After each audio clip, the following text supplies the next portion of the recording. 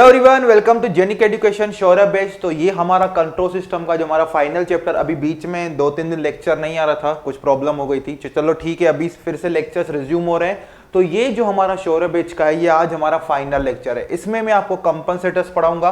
तो ये C point of view या गेट पॉइंट ऑफ व्यू, दो ही कंपनसेटर्स हमारे लिए इंपॉर्टेंट है, lead compensator and lag compensator. Okay, और फिर बात आती है कंट्रोलर्स की। तो कंट्रोलर्स के लिए आपके साथ में नोट्स शेयर कर दूंगा, तो कृपया करके जो भी स्टूडेंट्स हैं, जो टेलीग्राम ग्रुप है पंकज सर के नाम से, वो ज्वाइन कर लीजिए, क्योंकि मैं पीडीएफ वहीं पे शेयर करने वाला हूं। वहां पे कंपनसेटर और कंट्रोलर्स दोनों का पीडीएफ मैं वहां पे शेयर करने वाला हूं। तो कंट्रोलर्स में इतना कुछ पढ़ाने लायक नहीं है, कंट्रोलर्स का मैं डायरेक्ट पीडीएफ दे दिया हूं। वहां पे सबका लिखा हुआ है, पूरा हमने टेबुलर फॉर्म में बना दिया है कंट्रोलर्स का, कि पीडी कंट्रोलर हो तो क्या ट्रांसफर फंक्शन होता है, पीआईडी का क्या होता है, पीआई का क्या होता है, पी का क्या होता है, डी का क्या होता है, वो सब मैंने वहां पे दे दिया है। फिर टेबल में ये भी बताया है कि कौन सा कंट्रोलर टाइप बढ़ाता है, कौन सा ऑर्डर बढ़ाता है, किस कंट्रोलर से क्या इफेक्ट होता है, वो सब चीजें मैंने वहां पे डिस्कस की है। तो अभी हम बात करते हैं, आज हम बात करेंगे कंपनसेटर्स की। तो कंपनसेटर्स एक्चुअली होते क्या है? तो देखो, एक बार हमने कंट्रोल सिस्टम पूरा हमारे पास जो रिक्वायरमेंट थी उसके अकॉर्डिंग हमने सिस्टम बना दिया। फिर बारी आती है टेस्टिंग की।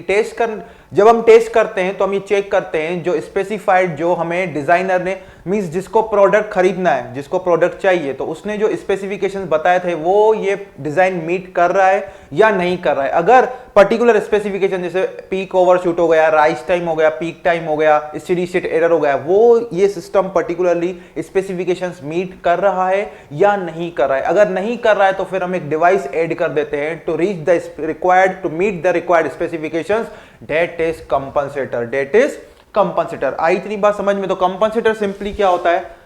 कंपनसेटर की अगर हम यहां पे सिंपली, इसका रोल क्या है कंपनसेटर का? कंपनसेटर का यहां पे देखो रोल क्या है। कंपनसेटर का role, it is used in control system, it is used to achieve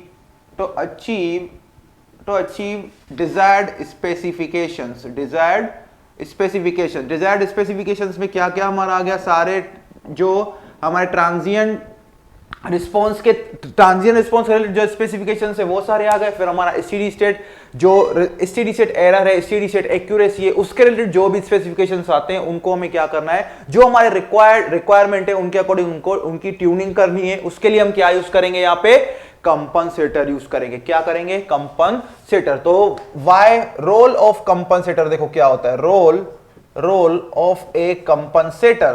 तो कंपनसेटर की अगर यहां पे हम बात करें तो हम देखो यहां पे कंपनसेटर क्यों लगा रहे हैं? To meet the required specifications, to meet the required specifications. आई इतनी बात? To meet the required specifications. Okay, दूसरा हम क्या लिखेंगे? तो दूसरा हम लिखेंगे to improve steady state accuracy, to improve steady state accuracy, to improve steady state accuracy. आइए दूसरी बात, तीसरी पॉइंट क्या होगी? टू मेक रिस्पॉन्स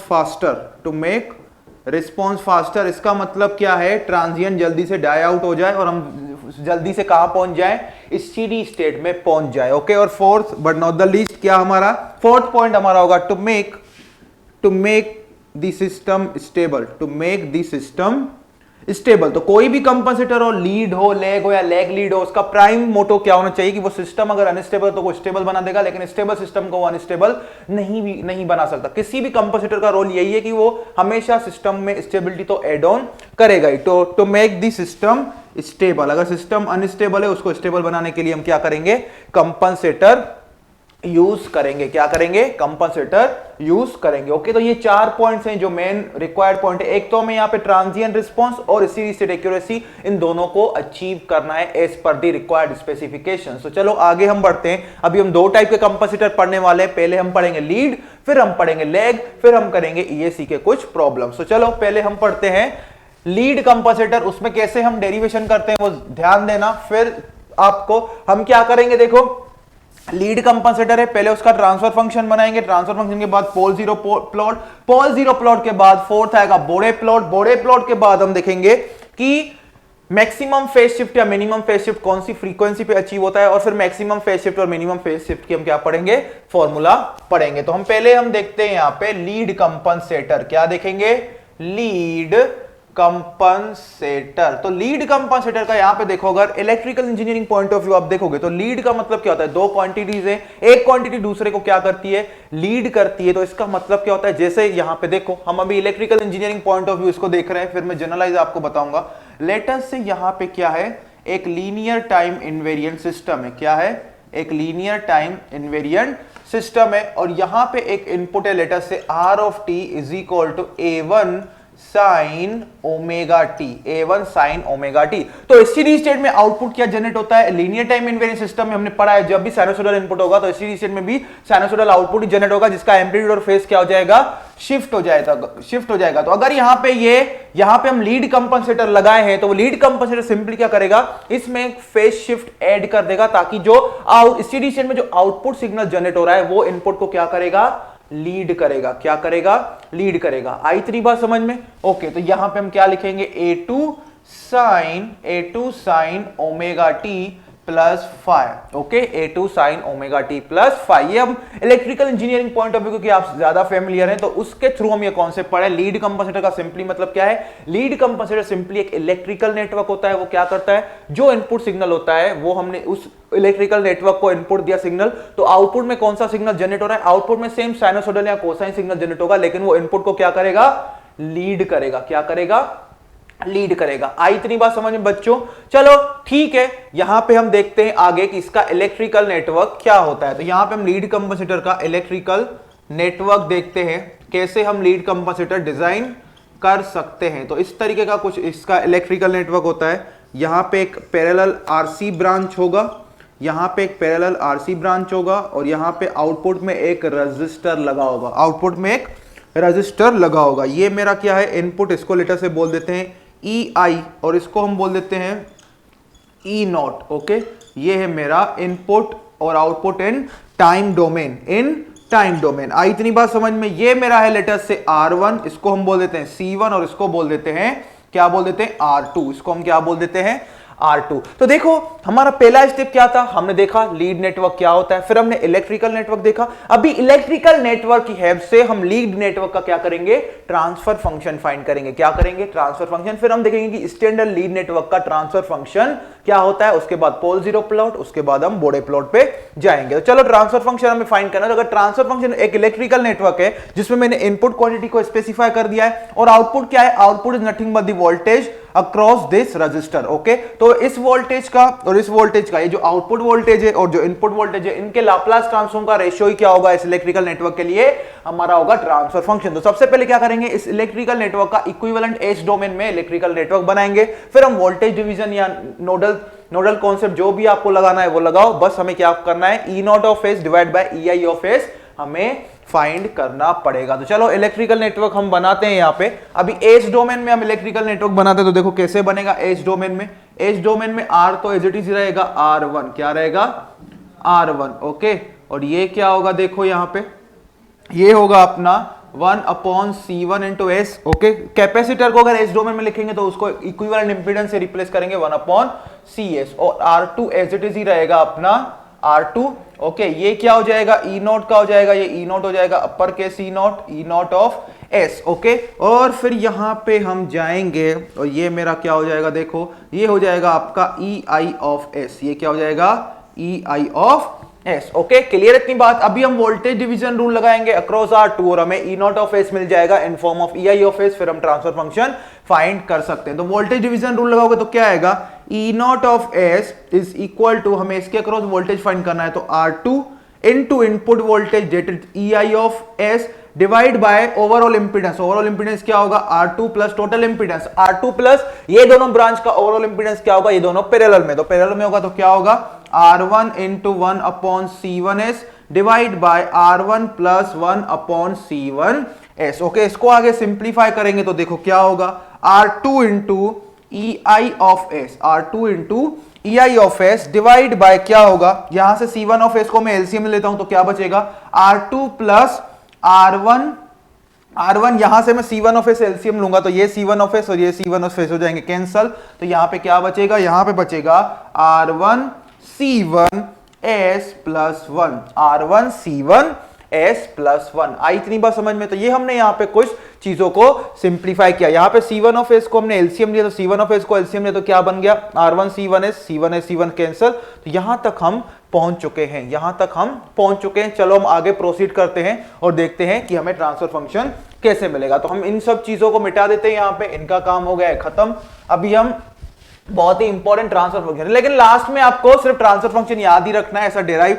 लेकिन ये नेटवर्क जरूर याद करना कि लीड, अगर लीड नेटवर्क कैसा दिखता है, लेग नेटवर्क कैसा दिखता है, इसमें ईएससी के क्वेश्चन डायरेक्ट पूछे जा चुके हैं, जिसमें आपको इलेक्ट्रिकल नेटवर्क पूछेगा कि इन चार में से कौन सा बताओ नेटवर्क लीड नेटवर्क रिप्रेजेंट कर रहा है, तो वहां पे आपको आना चाहिए। तो देखो यहां से मैं ऐसा लिख सकता हूं, ई नॉट ऑफ एस, इसको ई आई ऑफ एस को मैं नीचे लेके आता हूं, तो ये क्या होगा, E naught of S divide by E I of S divide by E I of S is equal to R2 divide by क्या होगा, R1 plus R2 plus R2 R1 plus R2 R1 C1s, R2 R1 C1s। आई इतनी बात समझ में बच्चों? अभी यहां से हम क्या निकालेंगे, ध्यान दो। अभी यहां से हम देखो, यहां से इसको हम एलसीएम ले लिए ना, R1 C1s प्लस 1 को एलसीएम ले लिए नीचे, वो चला जाएगा ऊपर। वो कहां चला जाएगा, ऊपर। तो ये क्या होगा, R1 C1s प्लस 1। ओके, अभी यहां पे देखो चीजों को कैसे सिंप्लीफाई करते हैं हम, R1 C1s plus 1 divide bye, यहां से R1 प्लस R2 कॉमन निकालो, R1 प्लस R2 को मैंने निकाला कॉमन, तो क्या बचेगा, 1 plus R1 R2 C1s divide by R1 plus R2 divide by R1 plus R2। आई इतनी बात समझ में बच्चों? अभी हम क्या करेंगे, यहां पे ध्यान देना, यहां पे अभी ध्यान देना, हम किसी वेरिएबल्स को किसी से रिप्लेस करेंगे। तो लेट देखो यहां पे हम इसको अल्फा मान लेते हैं, alpha is equal to R2 divide by R1 plus R2। अभी ध्यान दो, अल्फा सीधी सी बात है, क्योंकि R2 है न्यूमरेटर में, डिनोमिनेटर में क्या है, R1 प्लस R2, तो अल्फा हमेशा क्या होगा, 1 से कम ही होने वाला है। अल्फा हमेशा 1 से कम ही होगा, क्योंकि ये क्वांटिटी सीधी सी बात है डिनोमिनेटर से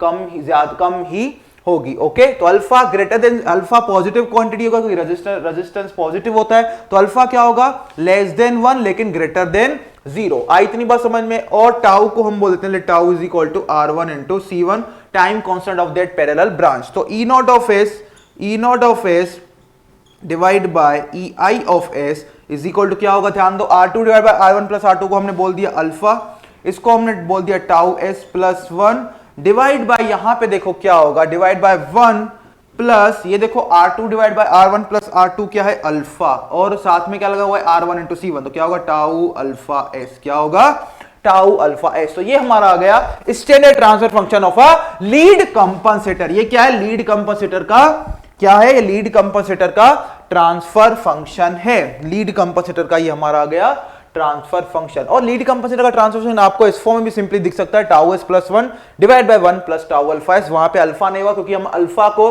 फिर क्या लगा देते हैं, एक एम्पलीफायर लगा देते हैं। देखो अल्फा क्या है, क्योंकि अल्फा 1 से कम है तो ये ओवरऑल गेन को क्या कर देता है, रिड्यूस कर देता है। क्या कर देता है, रिड्यूस कर देता है। इसलिए हम एम्पलीफायर लगा के इस गेन को बढ़ाने के लिए अल्फा को किसी मतलब हम ये हमारा इलेक्ट्रिकल नेटवर्क है लीड कंपनसेटर, उसके बाद हम कुछ एम्पलीफायर लगाएंगे जिसका कुछ पर्टिकुलर गेन होगा, वो इस अल्फा जो गेन को रिड्यूस कर रहा है उसको कंपनसेट करने के लिए या गेन को और बढ़ाने के लिए। तो स्टैंडर्ड ट्रांसफर फंक्शन हम ऐसे लिखेंगे, ये है लीड कंपनसेटर का standard transfer function, G lead of S is equal to, हम कैसे लिखेंगे इसको, सिंपली हम लिखेंगे K into 1 plus tau S divide by 1 plus alpha tau S, 1 plus alpha tau S. आई इतनी बात समझ में? ये हो गया standard transfer function of lead compensator. Okay, तो ये आपको सिंपली याद रखना है, डेरिवेशन याद रखो या नहीं रखो, बस ये याद रखना कि टाउ क्या होता है, R1 इंटू C1, और अल्फा क्या होता है अपना R2 divide by R1 plus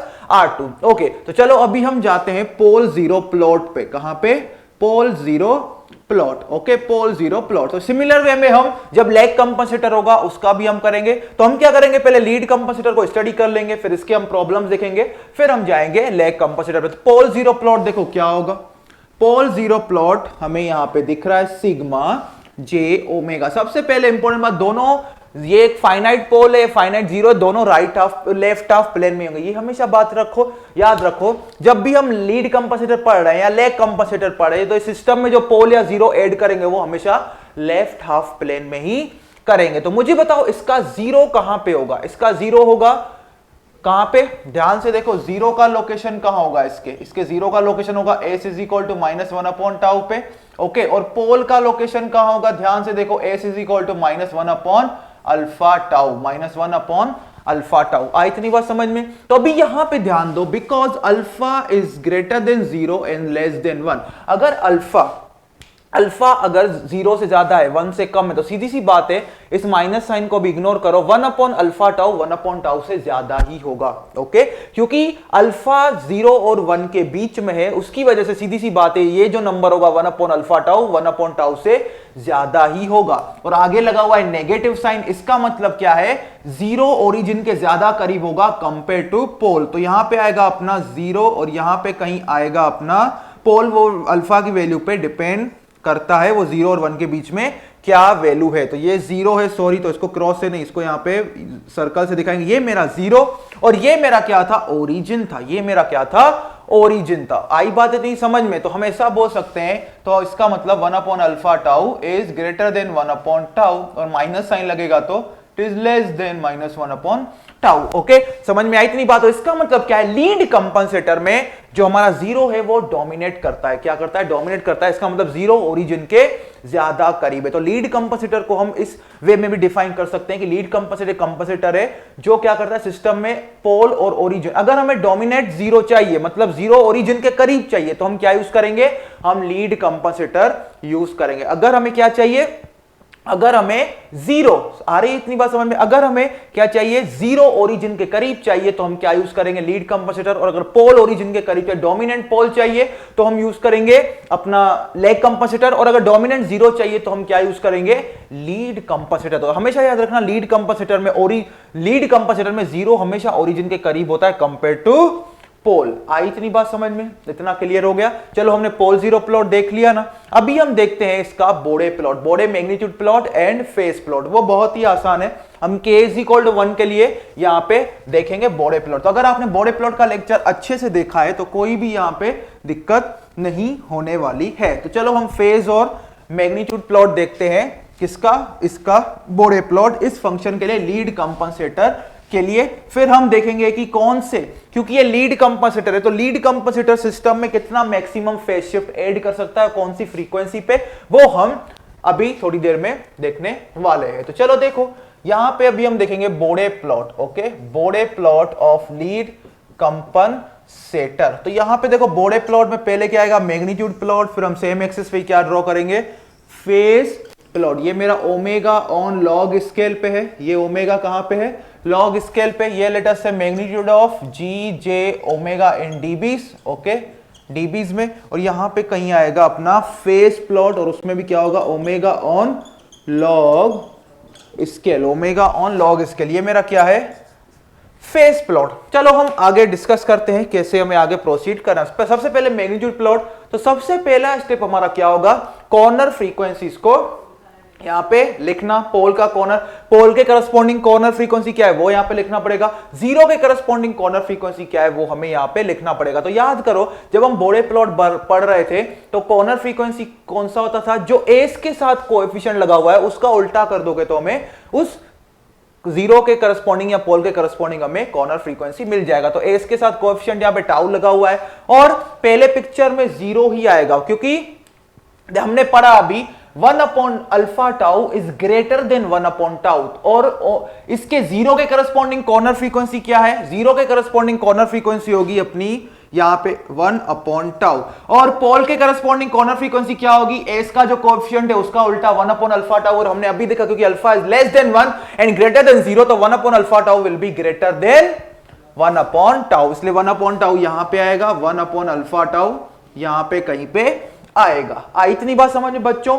चलो हम आगे प्रोसीड करते हैं और देखते हैं अभी हम क्या करेंगे। For k is equal to 1, for k is equal to 1, k is equal to 1 के लिए बताओ g लीड ऑफ s क्या होगा? ये सिंपली होगा 1 plus tau s divide by 1 plus alpha tau S. अभी हमें पता है अगर जीरो के करस्पॉन्डिंग कॉर्नर फ्रीक्वेंसी क्या है 1 अपॉन टाउ, तो 1 अपॉन टाउ से पहले जीरो पिक्चर में नहीं आएगा और सीधी सी बात है पोल भी पिक्चर में नहीं आएगा क्योंकि इसकी कॉर्नर फ्रीक्वेंसी क्या है 1 अपॉन अल्फा टाउ। तो ये दोनों पिक्चर में नहीं आएंगे, simply G lead of S क्या होगा 1 होगा और उसका हमें अगर लॉगरिथम स्केल पे डीबी में मैग्नीट्यूड निकालो 20 log 1 क्या होगा 0 होगा। तो यहां तक जो मैग्नीट्यूड प्लॉट है वो 0 आएगा। क्या आएगा 0 आएगा। समझ में आई इतनी बात? ओके, बोर्डे प्लॉट का लेक्चर अच्छे से देखना तो आपको आसानी से चीजें समझ में आ जाएंगी। ओके, अभी 1 अपॉन टाउ पे जैसे ही पहुंचेंगे हमारा फाइनाइट जीरो एक्टिव हो जाएगा। पोल अभी तक एक्टिव नहीं होगा, पोल 1 अपॉन अल्फा टाउ के बाद एक्टिव होगा। तो जी लीड ऑफ एस क्या होगा 1 plus tau S. Okay,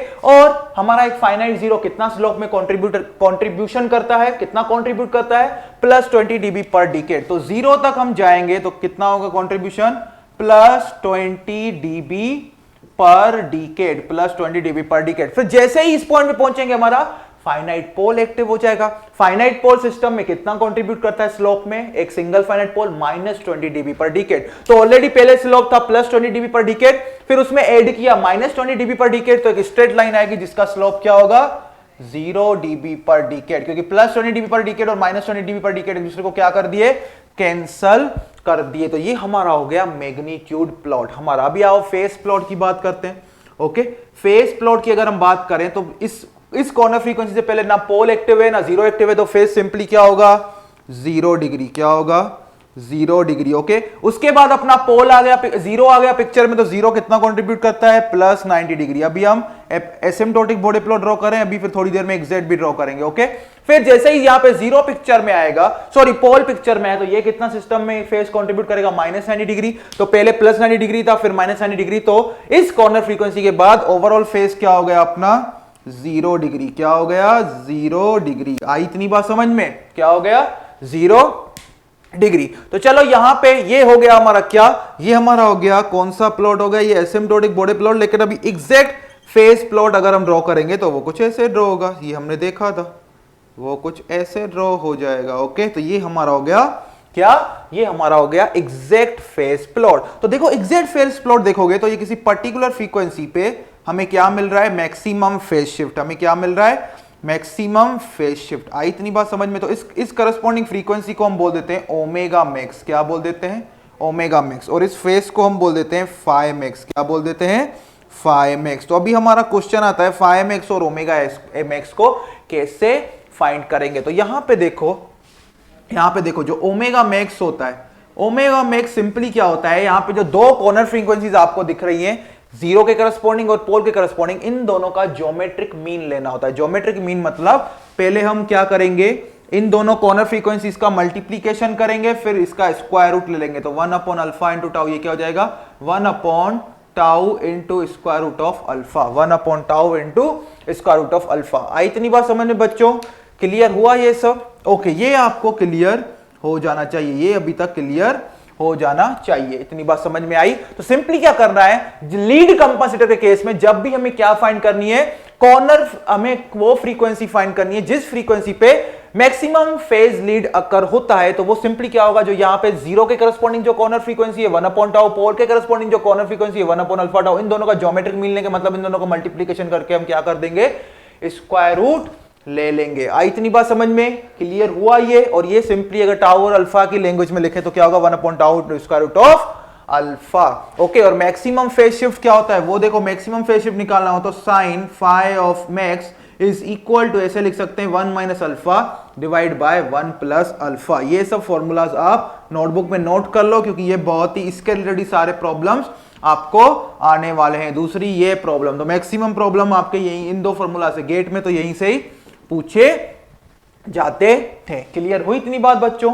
okay, clear हुआ इतना? तो चलो हमने फेज लीड कंपनसेटर पढ़ लिया। अभी हम देखते हैं इसको ऐड करने के बाद सिस्टम पे इफेक्ट क्या होता है। तो मैं यहाँ पे कुछ पॉइंट्स आपको लिखवा रहा हूं, वो आप नोट कर लो। उसके बाद हम जो यहाँ पे लीड कंपनसेटर है उसके रिलेटेड हम कुछ प्रॉब्लम्स देखेंगे। ओके, कुछ प्रॉब्लम्स हम देखेंगे, तो उनको भी देखते हैं, शांति से सब प्रॉब्लम देखेंगे, टेंशन मत लो अभी, क्योंकि आप लोगों ने लीड कंपनसेटर का पूरा समझ लिया प्रोसेस। तो लेग कंपनसेटर में हमें टाइम नहीं लगेगा, उसमें भी सेम प्रोसीजर ही हमें करना है, सेम प्रोसीजर हमें फॉलो करना है। तो चलो मैं अभी आपको पॉइंट्स लिखवाता हूं। Effects of effects of lead compensator, effects of lead compensator, effects of lead compensator. तो पहला इफेक्ट क्या होगा, it peak overshoot, peak overshoot, peak overshoot decreases, peak overshoot decreases. इसका मतलब क्या होता है, जीटा इंक्रीजेस। ओके, जीटा अपना इंक्रीज होगा, डैम्पिंग रेशियो इंक्रीज होगा। दूसरा क्या है, response becomes faster, response becomes faster, response becomes faster. इसका मतलब है हमारा राइज टाइम, सेटलिंग टाइम, ये सब कम हो जाएंगे। क्या हो जाएंगे, कम हो जाएंगे। तीसरा हमारा क्या है, राइज टाइम हमारा क्या हो रहा है, राइज टाइम हमारा कम हो रहा है। इसका मतलब bandwidth is inversely proportional to rise time, तो बैंडविड्थ हमारा सिस्टम का बढ़ेगा। ओके, फेज मार्जिन को भी इंक्रीज करता है, गेन मार्जिन को भी इंक्रीज करता है। इसका मतलब रिलेटिव स्टेबिलिटी है सिस्टम की, वो क्या होगी, बढ़ जाएगी। वो क्या हो जाएगी, बढ़ जाएगी। और फिफ्थ यहां पे है, ये क्या है, हाई पास फिल्टर की तरह काम करता है, हाई पास फिल्टर। क्योंकि आपने देखा होगा लोअर फ्रीक्वेंसीज पे हमारा मैग्नीट्यूड क्या था, जीरो था, फिर हायर फ्रीक्वेंसीज पे मैग्नीट्यूड हाई था, जीरो नॉन जीरो था। तो इसका मतलब ये जो लोअर फ्रीक्वेंसीज है उनको ब्लॉक कर देगा, हायर फ्रीक्वेंसीज को पास कर देगा, इसलिए ये क्या है, हाई पास फिल्टर की तरह काम करता है। और सिक्स्थ पॉइंट ये क्या है, it act as a similar to PD controller, किसकी तरह, पीडी कंट्रोलर की तरह काम करता है। और एक और पॉइंट ऐड कर देना, इसका स्टेडी स्टेट एक्यूरेसी पे इतना कुछ भी नोटिसेबल इफेक्ट नहीं होता है। ओके, तो देखो अगर ट्रांजिएंट रिस्पांस फास्ट करना है, रिस्पांस बिकम फास्टर, अगर ट्रांजिएंट रिस्पांस को हमें फास्ट करना है तो उसके लिए लीड कंपनसेटर सुइटेबल है, लीड कंपनसेटर सुइटेबल है। और क्योंकि phase margin, gain margin increase हो रहा है तो रिलेटिव स्टेबिलिटी भी ये बढ़ाता है, लेकिन इसका स्टेडी स्टेट एक्यूरेसी पे कोई भी इफेक्ट नहीं होता। स्टेडी स्टेट एक्यूरेसी के लिए हम लेग कंपनसेटर यूज कर सकते है। आई इतनी बात समझ में। तो चलो बच्चों, हम अभी लीड कंपनसेटर के कुछ प्रॉब्लम्स देखते हैं, उसके बाद हम लेग कंपनसेटर को स्टडी करेंगे। तो चलो लीड कंपनसेटर के मैं प्रॉब्लम यहां पे करवा रहा हूं, तो फर्स्ट क्वेश्चन दिखा दो।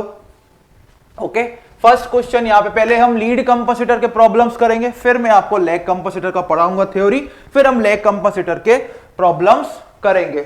ठीक, चलो तो यहां पे देखो लीड कंपनसेटर। ओके, प्रॉब्लम 1 दिख रहा है दीपक? ओके, तो प्रॉब्लम 1 हम यहां पे करने वाले हैं। 1993 में क्वेश्चन आया है, the maximum phase shift that can be provided by a lead compensator with transfer function GC of S. क्या दिया गया है, GC of S is equal to 1 plus 6x divide by 1 plus 2s divide by 1 plus 2s। तो हमें maximum phase shift निकालना है। तो maximum phase shift की फॉर्मूला क्या होती है, sine phi M is equal to 1 minus alpha divide by 1 plus alpha. तो फाई एम क्या होगा, sine inverse of 1 minus alpha divide by 1 plus alpha. मतलब मैक्सिमम फेज शिफ्ट अगर डिग्रीज में निकालना है तो हमें क्या चाहिए, हमें अल्फा चाहिए। ओके, हमें अल्फा चाहिए। ऐसा मत बोलना हमें प्यार चाहिए, प्यार नहीं, अल्फा चाहिए। ठीक है, ये कुछ भरोसा नहीं है इनका। तो चलो 1 plus 6x divide by 1 plus 2s, इसको हम स्टैंडर्ड लीड कंपनसेटर का कंपेयर करते तो क्या होता है, k into 1 plus tau s divide by 1 plus alpha tau s। अगर इन दोनों को कंपेयर करोगे तो k हमारा क्या है 1, टाउ हमारा क्या है, टाउ है अपना 6। ओके, और अल्फा इंटू टाउ क्या है अपना, इन दोनों को कंपेयर करो तो s का कोएफिशिएंट यहाँ पे अल्फा टाउ रिप्रेजेंट कर रहा है, अल्फा इंटू टाउ क्या है यहाँ पे 2, तो टाउ को यहाँ पे रख दो तो अल्फा क्या आएगा 1/3। ओके, इसको इस फॉर्मूला में हम सब्स्टिट्यूट करेंगे तो साइन फाई एम क्या होगा, साइन फाई एम आपका होगा 1 माइनस 1/3 डिवाइड बाय 1 प्लस 1/3। ये क्या होगा, ये होगा आपका 1/2। ऊपर आएगा 2/3, नीचे आएगा 4/3, तो ये क्या हो जाएगा 1/2। तो फाई एम क्या होगा, phi M is equal to sine inverse 1/2। तो ये क्या हो जाएगा, साइन इनवर्स 1/2 कितना होता है 30 डिग्री। तो मैक्सिमम फेज शिफ्ट ये कितना, मैक्सिमम फेज शिफ्ट ये लीड कंपनसेटर कितना ऐड कर सकता है सिस्टम में, 30 डिग्री। कितना, 30 डिग्री। आई इतनी बात समझ में बच्चों? चलो अभी ये एग्जांपल नंबर 1 हो गया, अभी मुझे देखने दो, अभी एग्जांपल नंबर 2 लगा दो। तो एग्जांपल नंबर 2 का तो आप ही आंसर दे दोगे क्वेश्चन नंबर 2 का। क्वेश्चन नंबर 2 में देखो क्या बोला है, लग गया क्वेश्चन नंबर 2? क्वेश्चन नंबर 2 में बोला गया है the transfer function of a compensated network is of the form. Okay, if this is if this is a phase lag network then the value of alpha should be okay। तो ये lag network का question है, lead network का question नहीं है। Okay 1 plus alpha tau S, लेकिन ये सब गलत लिखा हुआ है तो क्वेश्चन इसमें मिस्टेक हो गई है। क्वेश्चन नंबर 2 को रिमूव कर दो दीपक, क्वेश्चन नंबर 2 में एरर है। ओके एक्चुअली ये क्वेश्चन लीड कंपनसेटर का था, क्वेश्चन नंबर 2 लीड कंपनसेटर का था। इसका एस्टिमेटेड ट्रांसफर फंक्शन इस फॉर्म का होना चाहिए और उसमें पूछा है अल्फा की वैल्यू क्या होनी चाहिए, तो अल्फा की वैल्यू 0 और 1 के बीच में होती है। ओके 0 और 1 के बीच में होती है। चलो क्वेश्चन नंबर 2 हमने निकाल दिया। अभी क्वेश्चन नंबर 3 दिखा दो। क्वेश्चन लगता है मुझे लीड कंपनसेटर की ज्यादा क्वेश्चन है। क्वेश्चन नंबर 3 शो करना जरा। तो क्वेश्चन नंबर 3 को देखो ध्यान से, ये लीड नेटवर्क हमें दिया गया है, उसी को ही हमें सॉल्व करना है। तो लीड इसका देखो, ये बहुत ही इंटरेस्टिंग क्वेश्चन है इसलिए मैंने लिया। क्वेश्चन नंबर 3 हो गया शो। तो क्वेश्चन नंबर 3 में क्या बोला है, for the given phase lead network the maximum possible phase lead is, maximum possible phase lead is. Okay तो यहां पे देखो नेटवर्क दिया गया है अपना, ये सी लगाया हुआ है, ये आर लगाया हुआ है, ये क्या लगाया हुआ है, आर लगाया हुआ है। ओके ये अपना इनपुट वोल्टेज बताया गया है इसको, ये है अपना इनपुट वोल्टेज, ये अपना आउटपुट वोल्टेज, ये अपना क्या है आउटपुट वोल्टेज। ओके तो ये अपना 1/2 ओम दिया गया है, इसको 1/2 ओम, इसको 1 फेराड दिया गया है और इसको 1 ओम दिया गया है, इसको 1 ओम बोला गया। तो क्या बोला गया, the maximum phase lead is. तो मैक्सिमम फेज लीड की हमें फॉर्मूला पता है क्या, साइन, अभी हमने पढ़ा sine phi M is equal to 1 minus alpha divide by 1 plus alpha. ये अपनी मैक्सिमम फेज लीड की फॉर्मूला है, समझ में आ रही है इतनी बात। ओके ये मैक्सिमम फेज लीड की फॉर्मूला है, लेकिन हमें यहां पे देखो अल्फा चाहिए और यहां पे ट्रांसफर फंक्शन नहीं दिया गया है। तो यहां पे मैं आपको ट्रिक बता रहा हूं, अगर अल्फा फाइंड करना है तो पूरा ट्रांसफर फंक्शन निकालने की जरूरत नहीं है। मैंने आपको बताया था अल्फा क्या होता है, alpha is equal to R2 divide by R1 plus R2, R2 divide by R1 plus R2। तो यहां पे देखो अल्फा अपना क्या आएगा, R2 हमने अपना स्टैंडर्ड इलेक्ट्रिकल नेटवर्क याद करो, फेज लीड नेटवर्क का जब मैं थ्योरी पढ़ा रहा था तो इसको हमने R2 बोला था, इसको R1, इसको C1। तो R2 क्या है यहां पे 1/2। ओके और R1 क्या है 1 प्लस R2 क्या है 1/2। तो ये क्या होगा अपना, ये होगा 1/2 डिवाइड बाय 3/2। तो ये क्या आएगा 1/3, क्या आएगा 1/3। तो अल्फा अपना आ गया 1/3। इसको इसी क्वेश्चन में सब्स्टिट्यूट करो तो हमें फाई एम मिल जाएगा। तो साइन फाई एम क्या होगा 1 माइनस 1/3 डिवाइड बाय 1 प्लस 1/3। ये तो वही एग्जांपल था जो हमने पहले किया था, इसका आंसर आएगा 1/2। तो फाई एम कितना आएगा, फाई एम आपका आएगा कितना, फटाफट मुझे बताओ बताओ बताओ, 30 डिग्री। कितना आएगा 30 डिग्री। आई इतनी बात समझ में, ये अपना आ गया 30 डिग्री। तो इसमें मैक्सिमम फेज लीड कितना आएगा 30 degree, that is option B, that is option B. अभी दिखाओ क्वेश्चन नंबर 5, 4 नहीं 4 बाद में। क्वेश्चन नंबर वो लेग नेटवर्क का है, वो भी हम नहीं पढ़े। अभी आपको दिखाई दे रहा होगा क्वेश्चन नंबर 5, उसको हमने उसमें सिंपली पूछा है कि इन चारों में से कौन सा electrical network phase lead compensator को रिप्रेजेंट कर रहा है। तो एक ही ऑप्शन करेक्ट है जिसमें एक पैरेलल में ब्रांच है और आउटपुट में एक सीरीज में ब्रांच है। तो इसमें तो सीधी सी बात है, क्वेश्चन नंबर 5 में ऑप्शन ए ही आएगा। ये हम पढ़ चुके हैं थ्योरी में, एक रेजिस्टर और कैपेसिटर आते हैं पैरेलल में, फिर उनके साथ सीरीज में आउटपुट पे आएगा एक रेजिस्टर। तो इसमें तो ऑप्शन ए ही आएगा। तो क्वेश्चन नंबर 5 यहां पे क्लियर हो गया। क्वेश्चन नंबर 6 में आप लोगों को होमवर्क, क्वेश्चन नंबर 6 दिखा दो। क्वेश्चन नंबर 6 आप लोगों के लिए होमवर्क में मैं दे रहा हूं। क्वेश्चन नंबर 6 मैं आप लोगों को होमवर्क में दे रहा हूं, फिर से बोल रहा हूं, क्वेश्चन नंबर 6 आप लोगों के लिए होमवर्क में। ओके दिखा दिया क्वेश्चन 6। अभी दिखा दो क्वेश्चन 9, उसके बाद फिर हम थ्योरी पढ़ेंगे। क्वेश्चन 9, तो क्वेश्चन 9 चलो हम देखते हैं। Question number 9, question number 9। तो क्वेश्चन 9 में क्या बोला है, the network having transfer function, the network having transfer function g of s is equal to 1 plus s by 4 divide by 1 plus s by divided by 1 plus s by 25 will provide maximum phase lead at a frequency of, at a frequency of। तो यहां पे हमें वो निकालना है, क्या निकालना है, ओमेगा मैक्स। क्या निकालना है, omega max. Omega max simply क्या होता है, दोनों जीरो और पोल के करस्पॉन्डिंग जो कॉर्नर फ्रीक्वेंसीज होती हैं उनका क्या लेना पड़ता है, ज्योमेट्रिक मीन। उनका ज्योमेट्रिक मीन मतलब उनका प्रोडक्ट ले लो, फिर उसका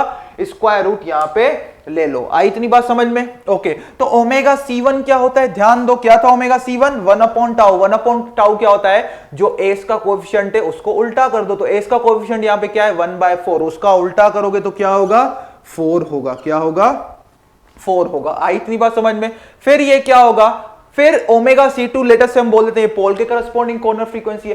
पोल के करस्पॉन्डिंग कॉर्नर फ्रीक्वेंसी क्या होती है, यहां पे ध्यान दो, क्या जो एस का कोएफिशिएंट होता है उसका उल्टा, एस का यहां पे कोएफिशिएंट क्या है 1/25, उसका उल्टा ले लोगे तो क्या हो जाएगा 25। तो ये हो गया 100, जिसका आंसर क्या आएगा 10 आएगा। तो ओमेगा मैक्स इस फ्रीक्वेंसी पे मैक्सिमम फेज लीड क्या होगा, अकर होगा। ओके, तो ये क्या होगा, रेडियंस पर सेकंड में। मैं आपको एक होमवर्क में जो भी क्वेश्चन दिए उसका कमेंट सेक्शन में कमेंट जरूर करना, और इस क्वेश्चन का 5 मैक्स निकालना कितना आ रहा है, इस क्वेश्चन में 5 मैक्स निकालना, और वो भी कमेंट सेक्शन में कमेंट करना, ताकि मुझे पता चले आप लोग कहां तक पहुंचे हो लेक्चर देखने के लिए। नहीं तो आधे में छोड़ दिए, मुझे पता चला। ओके, चलो क्वेश्चन नंबर 9 तक हमने कर लिया। तो जो भी लीड कंपैसिटर के रिलेटेड प्रॉब्लम्स थे वो हमने कर दिए। अभी हम लैग कंपैसिटर की थ्योरी पढ़ते हैं, फिर हम उसके इफेक्ट देखेंगे, बोडे प्लॉट, पोल जीरो प्लॉट, वो सब देखेंगे। उसके बाद लैग कंपैसिटर के हम प्रॉब्लम्स करेंगे। तो maximum number of problems actually lead compensator से पूछे जाते हैं ईएसी में, लेकिन लैग कंपैसिटर भी उतना ही इंपॉर्टेंट है। ओके, तो चलो हम लैग कंपैसिटर की अभी थ्योरी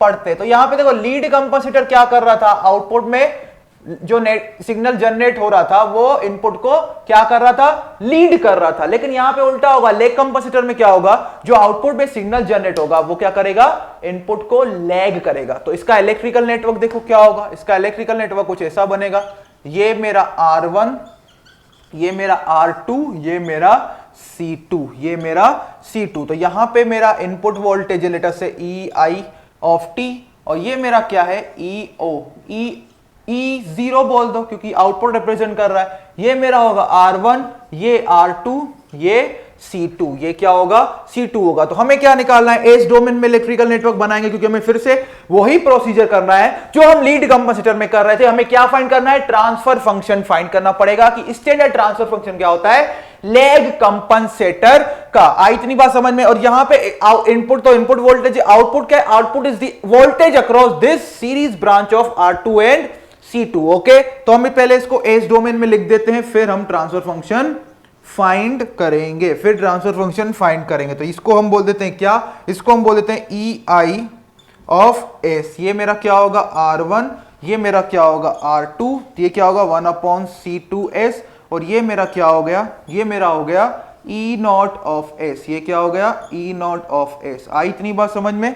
क्लियर हुआ? तो चलो अभी हम E0 of S divide by EI of S find करते हैं। वोल्टेज डिवीजन रूल लगाओ अक्रॉस आउटपुट ब्रांच, तो ये पे क्या होगा E0 of S is equal to क्या होगा, सिंपली ये EI of S into this impedance. Okay, output impedance EI of S into output impedance क्या है, आउटपुट ब्रांच का इंपीडेंस, इसको मैं आउटपुट ब्रांच बोल रहा हूं R2 plus 1 plus C2 by S, plus क्या होगा overall total impedance of the network R1 plus R2 plus 1/C2S। Okay, तो E0 of S divide by EI of S देखो क्या होगा, E0 of S divide by EI of S is equal to, देखो क्या होगा, is equal to होगा अपना, यहां पे C2S एलसीएम लो तो क्या होगा R2 C2S plus 1 divide bye, यहां पे C2 ऑफ S एलसीएम लोगे, ये C2 ऑफ S और ये C2 ऑफ S गया कैंसल, यहां पे क्या होगा R1 plus R2 into C2 of S plus 1 into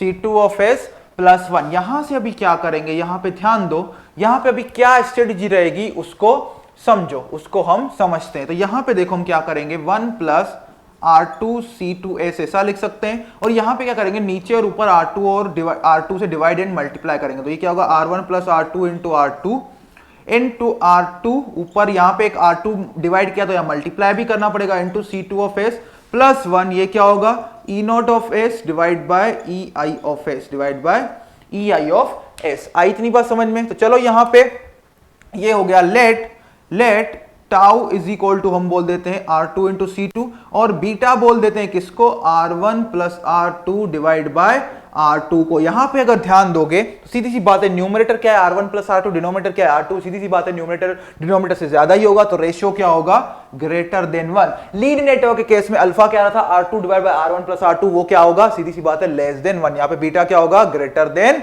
1। Okay, इतनी बात आई समझ में। चलो आगे हम डिराइव करते हैं तो E not of S divide by EI of S क्या होगा, यहां पे सिंपली ध्यान दो क्या होगा 1 plus tau S divide by क्या होगा, डिवाइड बाय होगा beta into tau 1 plus beta into tau S, beta into tau S. तो ये हमारा हो गया क्या transfer function of lag network, standard transfer function of lag network. ये क्या होगा 1 plus tau S divide by 1 plus beta tau S, 1 plus beta tau S. आई इतनी बात समझ में बच्चों, क्लियर हुआ? ओके, अभी यहां पे ध्यान दो, इसका मैं पोल जीरो प्लॉट यहां पे बनाता हूं, पोल जीरो प्लॉट। तो पोल जीरो प्लॉट देखो सिंपली क्या होगा, इसमें उल्टा हो जाएगा, ये हो मेरा सिग्मा, ये मेरा जे ओमेगा। ध्यान देना, अभी हम कुछ स्पीड अप कर रहे हैं प्रोसेस को, ध्यान देना। अभी यहां पे देखो बीटा क्योंकि ग्रेटर देन 1 है तो यहां पे जीरो क्या होगा -1 अपॉन टाउ, पोल क्या होगा -1 अपॉन बीटा टाउ, क्योंकि बीटा क्या है ग्रेटर देन 1 है तो सीधी सी बात है 1 upon beta tau 1 upon tau से कम ही होगा। मतलब लेग के केस में जो पोल है फाइनाइट पोल वो डोमिनेट करेगा। ओके, इसका मतलब लेग नेटवर्क के केस में जो पोल है वो ओरिजिन के करीब होगा compare to finite zero, compare to zero. आई इतनी बात समझ में, जीरो इससे क्या होगा दूर होगा, जीरो इससे क्या होगा दूर होगा। इसका मतलब अगर मैं सिस्टम में क्या चाहिए डोमिनेट पोल चाहिए तो हम लेग नेटवर्क यूज करेंगे, डोमिनेट क्या चाहिए डोमिनेट जीरो चाहिए तो हम क्या यूज करेंगे हम लीड नेटवर्क यूज करेंगे। आई इतनी बात समझ में, क्लियर हुआ?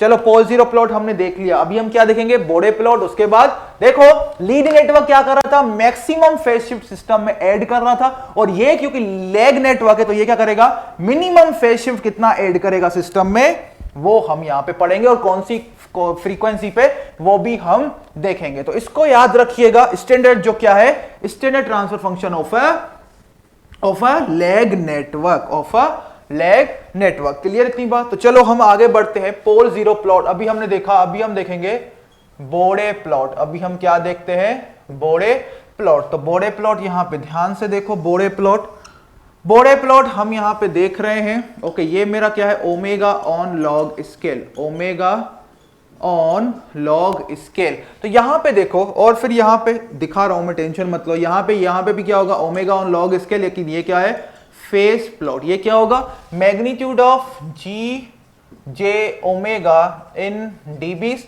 और ये क्या होगा इसका फेज होगा, क्या होगा फेज होगा। तो यहां पे पहले देखो क्योंकि क्या है क्योंकि देखो यहां पे पोल जीरो के करीब है तो पहले जो कॉर्नर फ्रीक्वेंसी होगी पोल की कॉर्नर फ्रीक्वेंसी छोटी होगी कंपेयर टू जीरो। तो पोल के करस्पॉन्डिंग कॉर्नर फ्रीक्वेंसी क्या आएगी 1 अपॉन बीटा टाउ। जीरो के करस्पॉन्डिंग कॉर्नर फ्रीक्वेंसी क्या आएगी 1 अपॉन टाउ। ओके, सीधी सी बात, नो बकवास। चलो यहां पे नीचे यहां पे डॉट डॉट डैश लाइन दो। ओके, तो यहां पे देखो ध्यान दो, अभी यहां पे देखो कॉर्नर फ्रीक्वेंसी से पहले ओवरऑल ट्रांसफर फंक्शन अप्रोक्सीमेटली क्या हो जाएगा 1 का अगर क्या लेंगे 20 log of 1 तो होगा 0 dB। इसका मतलब जो यहां पे पोल की कॉर्नर फ्रीक्वेंसी है उससे पहले जो मैग्नीट्यूड होगा वो क्या होगा सिंपली 0 होगा, क्या होगा 0 होगा। ओके ठीक है, फिर यहां पे देखो जैसे ही हम क्या करेंगे यहां पे देखो कॉर्नर जैसे ही हम यहां पे क्या करेंगे ध्यान देना, यहां पे जैसे ही इस कॉर्नर फ्रीक्वेंसी पे पहुंचे तो पोल हो जाएगा एक्टिव। पोल स्लोप में कितना कंट्रीब्यूट करता है -20 dB पर डिकेड। ओके, फिर जैसे ही इस कॉर्नर फ्रीक्वेंसी पे पहुंचे which is corner frequency corresponding to 0 तो वो क्या करेगा कितना कंट्रीब्यूट करता है स्लोप में +20 dB पर डिकेड। तो -20 dB पर डिकेड +20 dB पर डिकेड, तो ओवरऑल स्लोप क्या हो जाएगा इस कॉर्नर फ्रीक्वेंसी के बाद 0 dB पर डिकेड। क्या हो जाएगा 0 dB पर डिकेड। आई इतनी बात समझ में, क्लियर हुआ? चलो ये हो गया इसका मैग्नीट्यूड प्लॉट। अभी फेज प्लॉट की अगर बात करें तो पहले फेज होगा 0, फिर यहां पे पोल पिक्चर में आएगा वो कितना अभी यहां पे जो अप्रोक्सीमेट है वो कैसे -90 डिग्री कंट्रीब्यूट करेगा। इस कॉर्नर फ्रीक्वेंसी पे 0 अपना +90 कंट्रीब्यूट करेगा। इस कॉर्नर फ्रीक्वेंसी के बाद ओवरऑल फेज क्या हो जाएगा 0 डिग्री। और इसका एग्जैक्ट अगर हम ड्रॉ करें तो वो कुछ ऐसा दिखेगा आपको, बिल्कुल ऐसा दिखेगा, देखो कुछ ऐसा दिखेगा एग्जैक्ट फेज प्लॉट। तो ये जो मिनिमम फेज है ये कौन सी फ्रीक्वेंसी पे सिस्टम में ऐड हो रहा है ये हमें फाइंड करना पड़ेगा। ये जैसे हम वहां पे मैक्सिमम फेज किए थे यहां पे मिनिमम फेज हमें करना है। तो सेम ही होगा, जो ओमेगा मिनिमम होगा which is frequency corresponding to minimum phase shift. Okay, तो ओमेगा मिनिमम सिंपली वही होगा जैसे उस केस में था, क्या, जो दो कॉर्नर फ्रीक्वेंसीज हैं पोल और जीरो की, उनका ज्योमेट्रिक मीन। तो पहली कॉर्नर फ्रीक्वेंसी है 1/τ, दूसरा क्या है 1/βτ। जो एस के कोएफिशिएंट्स हैं उनका उल्टा कर दोगे तो हमें कॉर्नर फ्रीक्वेंसी मिल जाएगी। तो ये क्या बनेगा 1/τ into square root of beta. वहां पे क्या बना था 1/τ into square root of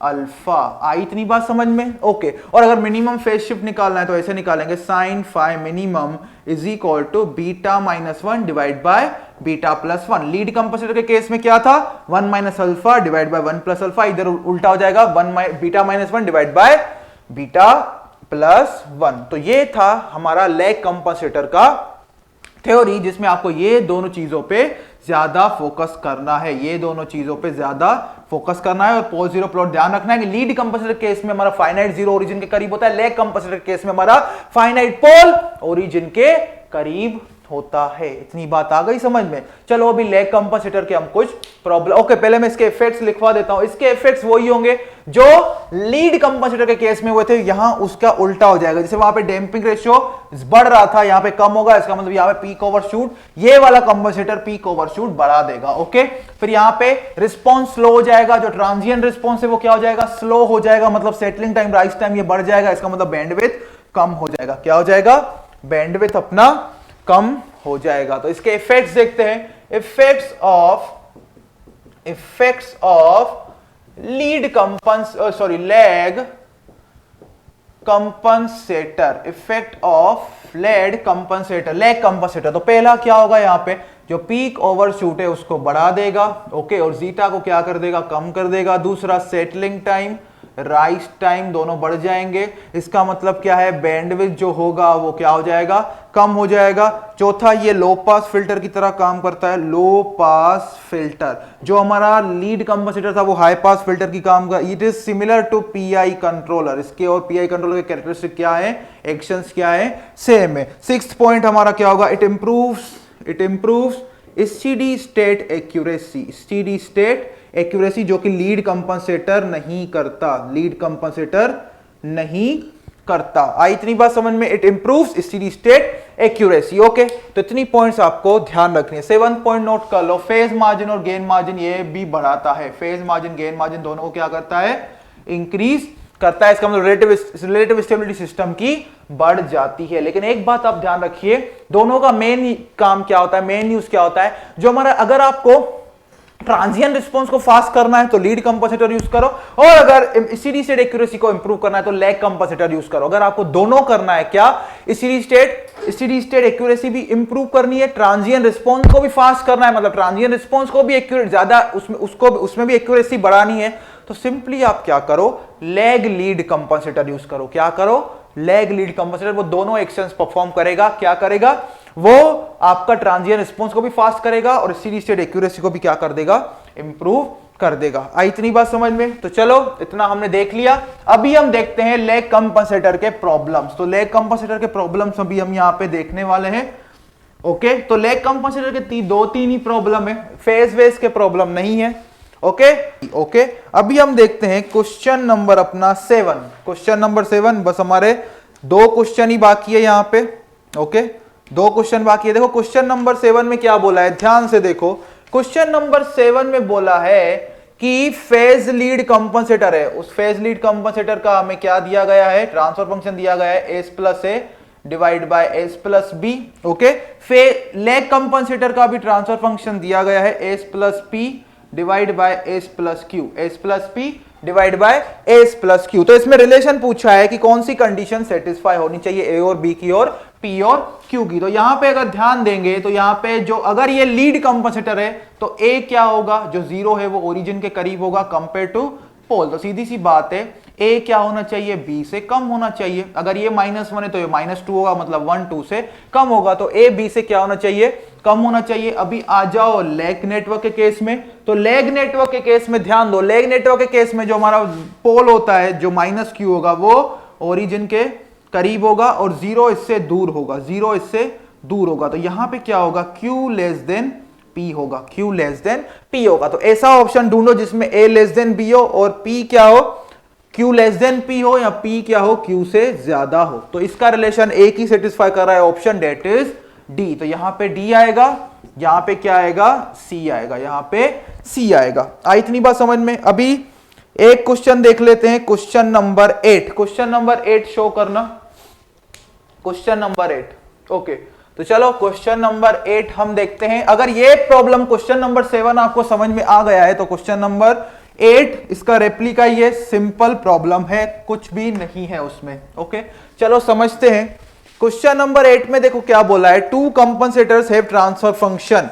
okay, question number 8 है, उसमें g1 ऑफ s क्या है, g1 of s is equal to 5 into S plus 10 divide by क्या है, divide by S plus 50, divide by S plus 50। आई इतनी बात समझ में। Two compensators have transfer function g1 of s is equal to 5 into S plus divide by S plus 50, g2 of s, g2 of s यहां पे क्या दिया गया है, g2 of s is equal to दिया गया है s plus 50 divide by 5 into S plus 10, 5 into S plus 10। तो हमें पूछा गया कौन से कंपनसेटर से, तो सीधी सी बात है g1 एस का पोल जीरो प्लॉट देखो, g1 एस का पोल जीरो प्लॉट देखोगे, ये मेरा सिग्मा, ये मेरा इमेजिनरी एक्सिस, तो एक जीरो है कहां पे, -10 पे, पोल कहां पे है, -50 पे, तो ये क्या है, लीड कंपनसेटर है। सीधी सी बात है, लीड कंपनसेटर है क्योंकि जीरो आपका ओरिजिन के करीब है। ओके, अभी दूसरे वाले केस में देखो, ये क्या है, g1 ऑफ एस का प्लॉट है। ओके, अभी g2 ऑफ एस का प्लॉट देखो, तो g2 ऑफ एस में आपको क्या दिख रहा है, ये मेरा g2 ऑफ एस का प्लॉट, ये मेरा रियल एक्सिस, ये मेरा इमेजिनरी एक्सिस।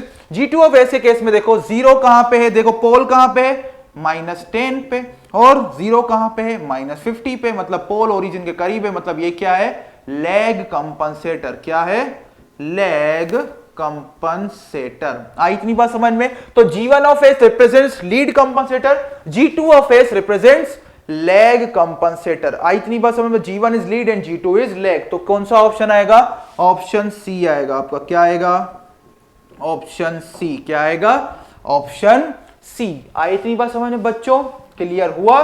तो और अभी क्वेश्चन नंबर 10 को देखते हैं, क्वेश्चन नंबर 10 दिखा दो। तो क्वेश्चन नंबर 10 में आपको दे रहा हूं होमवर्क में, जिसका आंसर आपको कमेंट करना है। क्वेश्चन नंबर 10 का आपको आंसर कमेंट करना है। तो क्या क्या मैंने होमवर्क में दिया है फिर से आपको बता देता हूं। एक मैंने आपको दिया था, कौन सा दिया था, क्वेश्चन नंबर 6 दिया था होमवर्क में।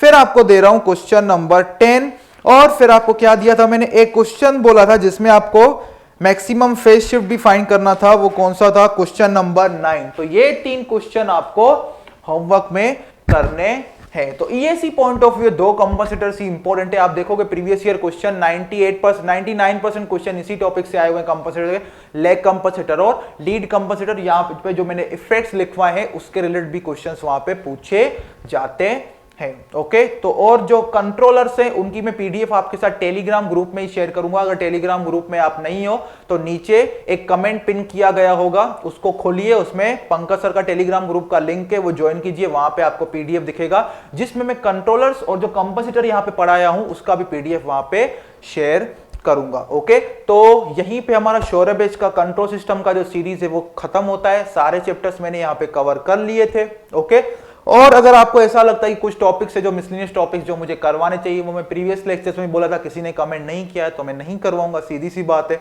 और अगर आपको लगता है तो टेलीग्राम ग्रुप में या यूट्यूब में कमेंट कीजिएगा, तो फिर मैं वो फिर सोचूंगा, आगे प्लानिंग होगा तो उनके वीडियोस अलग से अपलोड करूंगा मिसलिनियस टॉपिक से। और आपको कंट्रोल सिस्टम की सीरीज ये कैसी लगी सौरभ बेच की, आप टेलीग्राम ग्रुप में, यूट्यूब के इस वीडियो में, फाइनल वीडियो में आप कमेंट करके अपना फीडबैक भी दे सकते हैं कि आप कंट्रोल सिस्टम का सीरीज एंजॉय किए या नहीं किए। आपका फीडबैक हमारे लिए बहुत इंपॉर्टेंट है आने वाले सब्जेक्ट्स के लिए। तो चलो इस सेशन को हम यहीं पे एंड करते हैं। अभी मैं किसी और सब्जेक्ट में मिलूं, मेरे तो 2 सब्जेक्ट्स ही हैं, कंट्रोल सिस्टम और इंजीनियरिंग मैथमेटिक्स। तो कंट्रोल सिस्टम तो खत्म हो गया और इंजीनियरिंग मैथमेटिक्स सौरभ बैच में अलग से नहीं आया क्योंकि वो जीसीडी बैच में पहले ही चल रहा है। तो चलो इस सेशन को हम यहीं पे एंड करते हैं। फिर से अगर मिलना रहेगा तो हम फिर से मिलेंगे किसी और सेशन में। तब तक के लिए सबको गुड बाय, तब तक के लिए सबको थैंक यू।